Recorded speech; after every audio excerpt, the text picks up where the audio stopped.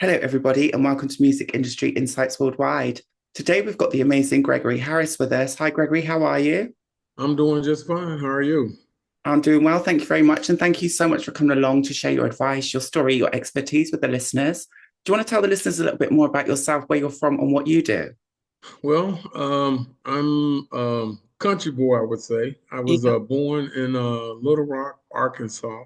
nice. That's the place where Bill Clinton, one of our presidents here in the United States, he was born in Hope, Arkansas, but I was born in Little Rock, Arkansas, third child of 10 children. And I started singing at a very young age. My mother used to go to choir rehearsal. That's when they would have choir rehearsal at different homes of the choir members, small group. Yeah. And people would try to coerce me to sing because I was just shy guy. And they Okay. would give me money, give me $1 or give me some quarters and try to get me to sing. So it started there. And in junior high school, I sung in the boys choir. High school, I sung in the choir. So I believe, music has been a part of me for such a long time. I can even remember as a young kid, you know, listening to music. So music has always been a part of me. So that's a little bit, about me. I was born in Little Rock, Arkansas, third child of 10 children. Yeah. And I have a background in education. I taught school for 10 years. I worked on the union side as a union exec, Wow. and I just love music. I don't only do gospel, but I've done some Motown shows with some friends of mine, and that has been just awesome. I didn't know that I would have such an experience of singing Motown music, Marvin Gaye, Four Tops, and the rest of them. Just being a part of that. The first time I did it, it was like people were crying, and after the show, they were hugging me and buying my gospel CDs. So You're singing with the creme de la creme now. Come on, Motown is one of the big ones. Massive congratulations to you on that as well. And it kind of resonates with my own story. I grew up in a Christian family, and I always used to go to Sunday school. And someone noticed mhm. really good voice, and they kept saying, "Go to these voice trials, go and sing for this choir, go and do this." And that's how my musical passion started as well, actually, from a very young age. But it was kind of through religion and through passion at the same time that kind of concreted my love for music. So obviously you've been doing this for a very, very long time. Did you have a 40 years, 40 40 years? You don't years. look that old. Honestly, you don't even look that old. But I have a birthday tomorrow. Tomorrow is my birthday. wow. January is 6th, and I will be 65. Well, you certainly don't look it, and I'm wishing you a very happy birthday for tomorrow. Did Thank you, you. before you got into the musical choir in the background, was that a musical education or was that just through passion? How did that happen? I think it was just, passion. I Yeah. remember going to the Arkansas State Fair once, and it was an organ in the exhibit hall. And I fell in love with that organ. And one Saturday, my brothers and I, we went to get haircuts. And on the way to the barbershop, I lost my money. Clumsy me, I lost my money. And so I had to come back home to get more money. So Yeah. when I got to my house and was walking up the steps, I heard that organ. My father went and got that Kimball organ for me. You push a button and make all those different sounds. And that's where it really started. I started just playing by ear. That's where it started. It was just a natural gift. If I heard it on the radio, I could play it. So it started there, that love and passion for music. I know, if you're involved in something, you should have a passion for it. And I have a passion for music. I just love it. I'm a different person on the stage. Yeah. And how do you build that persona on stage? And how do you kind of identify that with, what you do, but staying authentic at the same time? Well, I think as knowing that I have this gift that the Creator has given me, and I treasure it. And I'm like Whitney Houston, it has to be right. I want it to be right. Whitney Houston is one of my favorite artists. Likewise. Um, you know, um, I watch, how she performed. Luther Vandross, they just did a documentary on him. I watch people like that. So I think it's a natural gift to connect with the audience. I know that I'm singing to them, but I'm not cocky about it. I know I have a gift, but I want to give a good show, and I want the audience to walk away and feel something. I want them to feel what I feel. And sometimes, when I'm singing, people are crying and people, they're stopped to do what they're doing. I'm a flight attendant, so sometimes I this is my post-retirement work. I'm a flight attendant, and sometimes I sing happy birthday to the guests, and you ought to just see how they stop and how they respond, and they get off the plane and say, "Thank you for singing," but they don't know I'm a real singer. They don't know. Right. That's so cool. That is super cool, actually. And how did you kind of get into that as well? Like, did you use your main career to kind of fund your passion? And how did you navigate that from a very young age, actually? Yeah, I used my career as an educator. So I was a school teacher for 10 years, and I worked on the union side for 13 plus years. So altogether, 30 years in education. So I used that to help me to fund my music ministry. I started off, I founded the Little Rock Community Choir, and we did our first live recording in 1994. And I remember I would have a souvenir booklet, and I would go to the different businesses where I, bought food, where I got my clothes clean, or just people that I knew that was in business. I would talk to them. I would tell them what I was doing. I know that the teachers would help me too. They would take out ads. They would give me money, and that's how it started. And the choir members, they would help as well. If they saw me as a leader, I'm every week bringing in funding where people were supporting me, and we were able to do that first, live recording, and then the second time we did a live recording and a video. And I was praying. I said, Lord, if you want me to do this recording, I went to choir rehearsal one night, and I said, if you want me to do this recording, I said, let me raise this amount of money. Well, that night I raised over what I had asked him for. And then I That's knew then it was for me to do it. Now I had a choir member that was getting ready to purchase a brand new car. And she said that the Lord told her to put the money that she's going to use to get her car, to put it for the choir, sow the seed for the choir, and she did. I didn't ask her to do it. No one. We were shocked. We didn't even know she was going to do that, but she did, and the money continued to come in, and we yeah. was able to do a live recording and video, and it was paid for.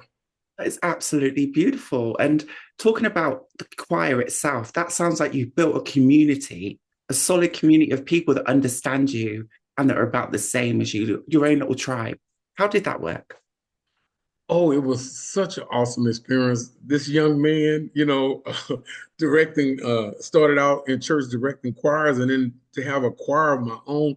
At one point, we had almost 200 voices. And I remember once we went to Chicago to sing for the late Queen of Gospel Music, Albertina Walker. She Yeah. invited us to her church. She introduced me at her church. Can't remember I should know the name of the church, but I know it was in Chicago.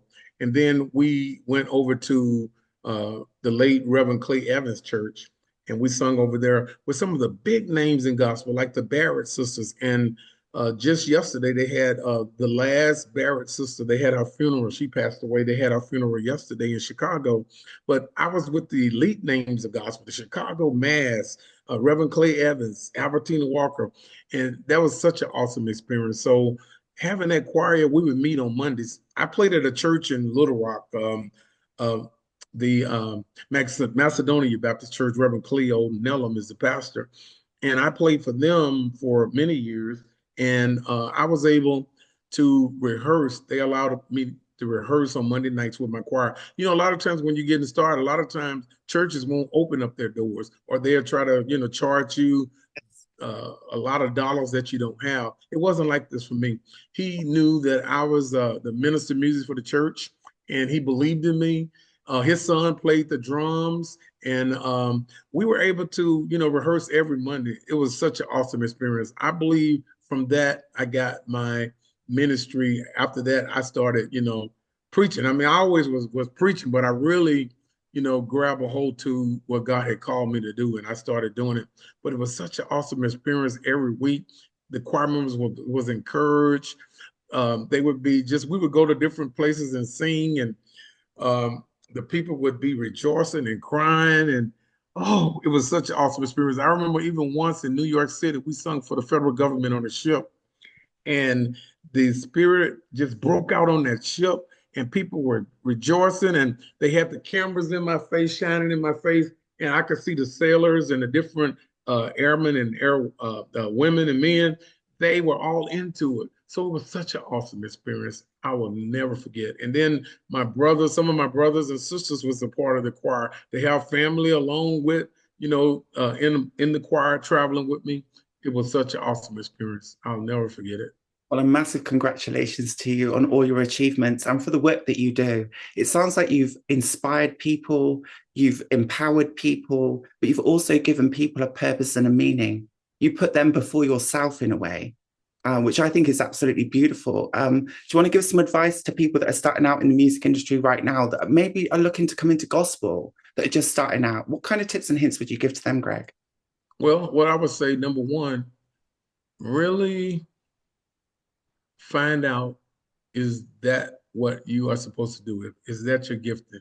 If so, then I say put a team around you, people that love and care about you, that will help you. Because I had a team around me, and they would help me. I would come up with these ideas, and they would help me to accomplish what I wanted to do. I couldn't do it by myself. I had Roy Randolph, Ruby Milton, Michael White, and other people, and they were able to help us navigate, like getting buses and calling choir members and all the stuff that we did. So I would say, have a positive team around you, somebody that can help you to channel the waters. The music business has really changed, Yeah, and gospel is just a small piece of the pie.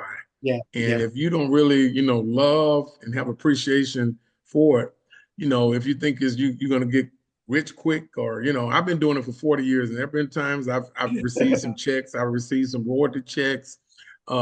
People have purchased my music. I've been number one on the BDS radio chart, Yeah. but I'm still working on it. Even at, I said I'll be 65 tomorrow, still working on it. And it's not where you're going to get rich quick, but having the love and appreciation for it, I think it keeps me doing it. There have been times that I wanted to just give it up, but I have such a passion for it. I've had people to encourage me. You can't give up. If you give up, and I've continued to do it. I would say whatever you do when you go out before people, whether you're doing gospel, what genre of music you choose to do, it has to be professional. Your CD cover has to be professional. The music has to be professional, because if it's not professional, they're not going to play it on the radio. If the packaging is not professional, they're going to throw it in the trash. So you want to have that, a professional look. If you have to go out and get a professional photographer, do a photo shoot, whatever you have to do all that before you launch out on the big stage, and practice and make sure that you have your stuff together. So when you get on the stage, whether you are performing where somebody can listen to you that might want to do a contract, or you're trying to get people to know who you are as an artist, you want to be professional at all times. You want to have the look. You want to present yourself on stage in a positive manner where people can, want to purchase your music and want more. That's what you want. And I would say, don't overdo it. Be yourself. And if you go on a performing and they say you got 10 minutes, do your 10 minutes and get off the stage. Don't do 10 minutes and say, oh, I gotta, do what you're asked to do, and they'll ask you to come back. So Great. that's some advice that I would give.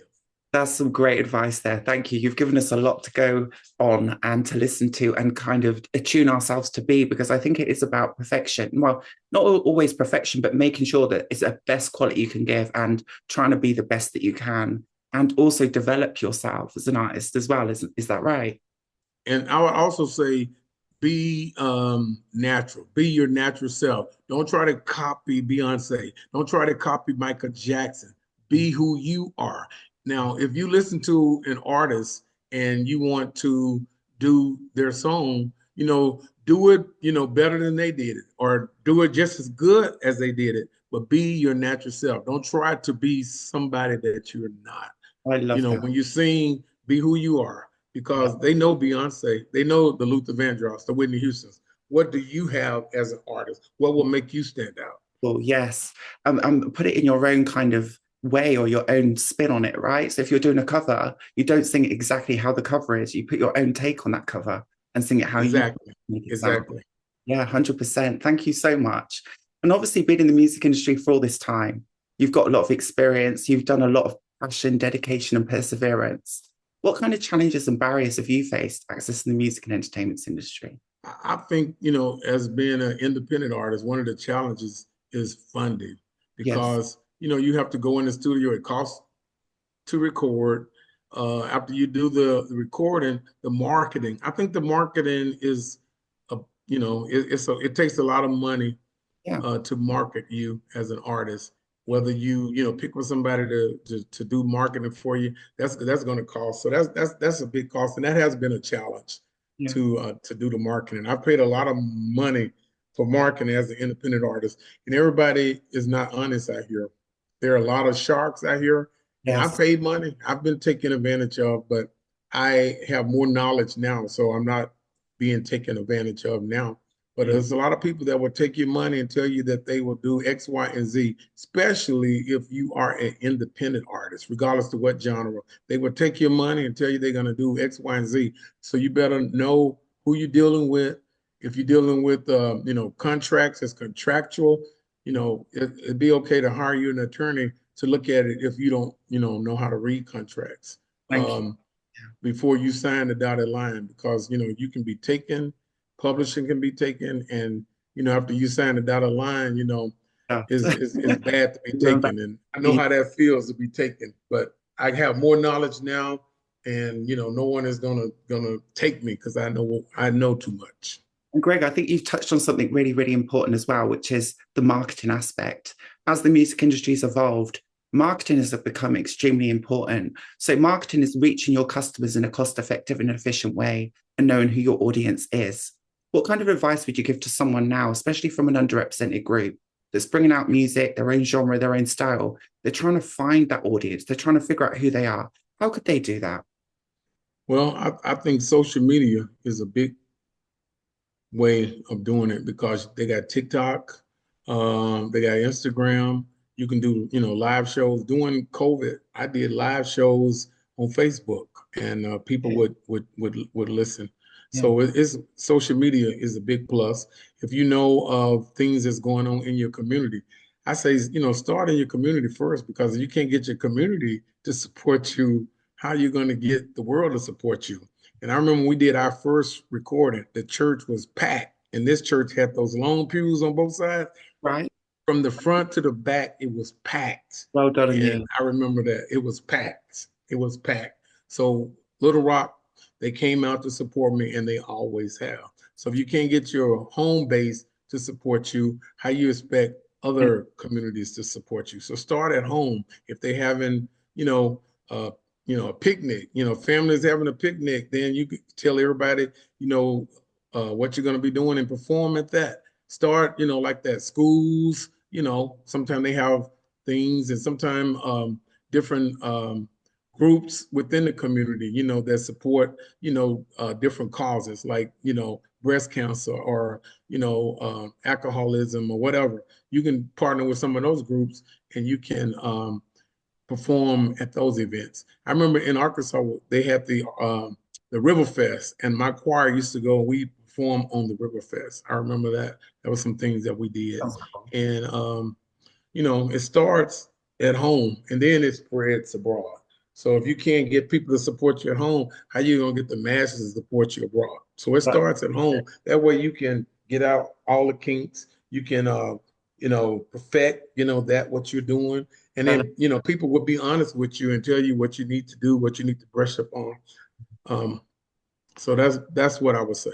And Greg, you've already touched on having issues with funding. So if you've struggled getting funding, how did you navigate that? And which other ways did you kind of make opportunities for yourself and your choir in order to progress? Well, I had a I had a job, making money, so I was able to utilize that. Sometime, I had retirements or 401ks that I could borrow from. I did that. soul stuff, to make it happen, and then just having support, of people. I think one way that I got most of my funding when I was doing a live recording, I was able to have that souvenir booklet, and people took out ads in that booklet to support me, and I used that, to raise money, and I was very successful in doing that. Sometime I remember we had an event, we had a 50 state march where we took the 50 states, and I had supporters that would represent a certain state, and they would, it's like a pageant, and they'd come and they bring their donation for that state. So, maybe $50 or $100, and have a 50 state march. And that was another way that I used to raise money. Bake sale, car wash. We used to do that too to raise money. So Creative. those Yeah. things still work. I really like that. You thought outside the box and you was very creative with your fundraising efforts and it paid off. Absolutely. I love that. Well done. And obviously being in the music industry, what's your thoughts and feelings at the moment around equality, diversity and inclusion, especially around gospel music? We've come a long way. I feel like music have come a long way. I always thought, it's amazing how one race of people can record, music. Somebody else come along and record that same music, and it take off, and they get commercial success, money, and all that. I was listening to uh, interview that Patti LaBelle had gave, and she was talking about Yes. how she sings, and she sings just as some other, groups, whether it's a Caucasian or whatever, and they make a certain amount of money. And she said that she just had that gift that she could sing at the same level. You know, I feel like inclusion, and we've come a long way in diversity, equity, and inclusion, but we still have a long way to go. And I still feel like a lot of people still don't understand what that is, and they make. I know here in the United States they talk about DEI and they say Yeah. that, but it's not a Word. bad thing. Even in Yeah. education, we talked about diversity, equity, and inclusion, which is a good thing Yeah. because if no one opens the door for you, how are you going to get in? Exactly. And I feel like the door is opening up. There are, red, yellow, black, and white. They're precious in this site. So all groups Yeah. are performing and performing together. You see duets like Aretha Franklin, the late Aretha Franklin with Michael McDonald. They did a song together.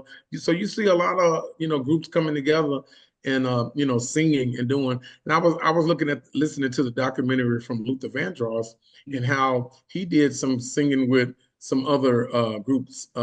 That was different from what he was doing, and it got their attention. So I think that is a plus. And even in my performing, I've performed in different places. I remember when I was over in the UK and I went to this church, and I was on the front row just enjoying the worship team that was singing.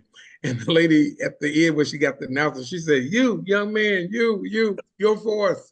I wasn't trying to stick out of my son was nudging me, but I was just enjoying and I was just singing and not showing off or anything like that. I was just participating, and they recognized my gift. It's always recognized because it came from above, and people are going to recognize it because when he gives you a gift, they're going to recognize it because it's going to put you above the rest because it's a true gift. Yeah. I totally hear you on that one. And God bless. And thank God for all those gifts that he does give us all. Because they're all unique in special ways, right? So I really respect that. And Yeah, obviously, that's right. what would you like to see change in the next few years in the I, music? I I tell you one problem that I see in the music industry, and I don't know if it's globally or in certain places, but I want to say I believe it is globally because the music business has changed. Yeah. Now you got iTunes and you got all these different places that you can get free music, and people get free music. So the artist and the person that wrote the song and the person that's singing the song Okay. doesn't get as much money as they used to get, like they used to get in the 60s. So that is a problem. And I know I've gone out and performed, and people don't buy CDs like they used to. And I don't know if that's because they have music on their phone. You Yeah. got iTunes, you got Apple Music, you got Spotify, you got all these places that you can get music, and it's right at your exposure. I think that laws internationally will have to come into place so that the artist, the person that wrote the song, the person that's singing the song, the person that played the song can be paid properly. And I know here in the United States, they've been, talking about it in government, but they still working on it. Some changes have came about, but I think there are some more changes because if you can't make money on CDs, and I know people, a lot of the artists are going on the road. That's why you see Mary J. Blige and Right. Beyonce. That's Yeah. why they make their money on the road. Yes. Kirk Franklin has been doing the reunion tour with the Clark sisters and um, um, Fred Hammond and all those groups. They've been out on the road because that's where you make the money, out on the Merchandise. road. Wow. Yeah. And that's why they out there doing that. Yeah. CC Winers just put out, she's doing a Love CC 18 or Wonder. whatever You want to make tour. all these great names that I listen to that I actually love and adore that actually inspire Yeah. a lot as You like well. that song that I like that song that she does about um the kingdom. Say king. Say I can't. I should know the song, but the latest song that she got, they playing it everywhere. She's just a great artist, CC I think she's Winans. awesome. Yeah, great. Awesome. She's been around for so many years as well, and she's paved the way for a lot of other artists to follow. So I really do respect a lot of the work that she's brought out, and also a lot of other family members that she has as Right. well. So I know that Yeah, BB does a great job. And Phoebe did Clark Sisters, they've been out. I just happened to the other night stumble on that movie, the First Ladies of Gospel, yes, and they even came to the UK yeah, and that's performed before.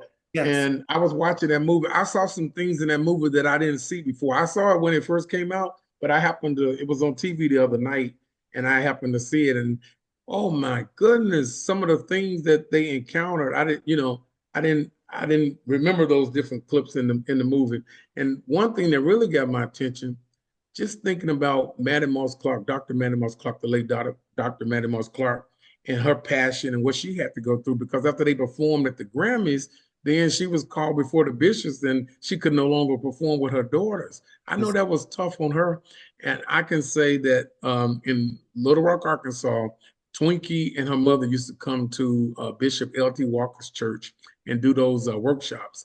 And I got a chance, I was on radio, so I got a chance to sit in the rehearsals No and way. listen and watch firsthand. I saw Twinkie and I Wow. saw her mother performing. Madam Moss Clark was a genius. I can imagine. I could just imagine the songs you must have heard coming out of their mouths. That must have been awesome, mind blowing. Yeah, yeah. Wow. And then I saw Twinkie in St. Louis a couple of years ago, and I was, telling her about my history. She said, "You know a lot of history, and she just celebrated her 70th birthday and still doing it, still playing that That's Hammond B3. good. I'm so glad to hear that as well. And it's nice that you're connected and you know the right people in the right places because that also helps, doesn't it? It does help to know the right people. Another person that I met that was she used to be on Ty Scott Records. She was the first, I believe, female that was on Ty Scott Records, Denise Tishner. Her name is Denise Tishner Davis. She was on radio. I heard her on radio talking about helping artists. So I took the number down and I was going to call her. A friend of mine from North Carolina had met her and she called me on the phone and she said, "Greg, I got somebody you need to talk to. I think they can help you like this. I think they can help you." Yeah. So I said I was going to call. I had wrote the number down to call. So me and Denise Tishner and her husband, we're like brothers and sisters and brothers. We like that. That's actually And I met her, and she has this group called Rep Nation. I joined Rep Nation, and she helps independent artists to fulfill their dreams. And she was talking to me about photo shoot and this and that. So some of the things that I wanted to do, she helped me to do them, and video shoots and all that. And it's been a blessing just being a part of her group. That's how I do the Motown with her. We've been into theaters. We changed costumes. We did the first one at the Myrtle Beach Theater. It's called the Alabama Theater in Myrtle Beach, South Carolina. It's from. and that's with the lights and the No way. stage and all that. And they were saying rabbits, so you got your rabbits like that. And I didn't know what they was talking about. And then I said, if they would have told me what they was talking about, I had some, but they was talking about the things that you put in your ears. So I Okay. performed that way with the things in my ears, and that was just awesome because you could hear everything, and that was just a wonderful experience to perform like that. And Alabama as well. That's a special place in my heart. My mum's African American and English, and her dad Uh-huh. previously from America, and they were from Alabama actually. And my mum's just found some of their family, so it's really, really exciting. So we're tracing back some of our family, and it's really, really interesting that sometimes you've got genes in your family that were kind of musical family Hmm. that I didn't have Now, no idea about, and then all of a sudden I'm doing music myself. So now, it's now, this theater is called the Alabama Theater, but it's not in Alabama. It's in Myrtle Beach, South Carolina. But on I've been to Alabama, Birmingham, Alabama. I I've was been to Mobile, Alabama. So I wanted to make that distinction. Okay, thank you. Sorry, because I'm not from the States. I did make that mistake. And thank you for correcting me as well. Also, before we go, because time is ticking on, and this has been a great interview, is there any up and coming releases or singles that you want to share with the listeners? Um, Well, my latest two releases that I put out, the first one, God, You Did It Again, yeah. and it was nominated for 11 Rhythm of Gospel Awards in 2023. And the Wow. same song was nominated recently in 2024 for three Praise Factor Awards. That was the first time that my music has received a nomination for any award show. So Yeah. that was a blessing. I wrote those two songs after I lost my oldest daughter in 2021. God gave me two songs, and one was God, You Did It Again, and the other one was I Just Didn't Know. So those are the latest two songs that I've done, and I'm getting ready to get back into the studio in 2025.